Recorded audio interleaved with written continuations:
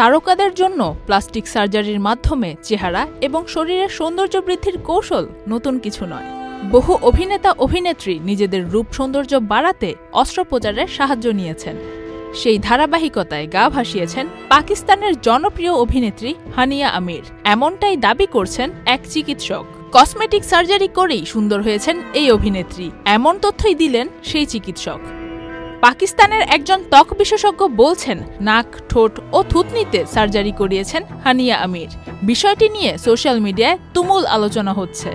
সার্জারির বিষয়টি প্রকাশ্যে আসায় নেটিজেনদের অনেকেই তার সৌন্দর্য নিয়ে প্রশ্ন তুলেছেন। কেউ কেউ বলছেন, তাহলে হানিয়া আমিরের এই রূপ সৌন্দর্য সব নকল? সার্জারি করে তিনি তার রূপ বৃদ্ধি করেছেন? হানিয়ার সার্জারি নিয়ে এত আলোচনা সমালোচনা হলেও নিশ্চিত হওয়া যায়নি আসলেই তিনি কসমেটিক সার্জারি করেছেন কিনা। সম্প্রতি কভি मैं कभी तुम ধারাবাহিকে অভিনয় করে বাংলাদেশি দর্শকদেরও মন জয় করেছেন ২৭ বছর বয়সী এই অভিনেত্রী। গালে টোল পড়া মিষ্টি হাসির কারণে পাকিস্তানের আলিয়া ভাট বলেও তাকে অভিহিত করা হয়। তার এই সৌন্দর্য প্রাকৃতিক হোক কিংবা কৃত্রিম, সেটা এড়িয়ে চলার কোনো সুযোগ নেই সাধারণ দর্শকদের কাছে। Faria Ahmed Khan, channel I.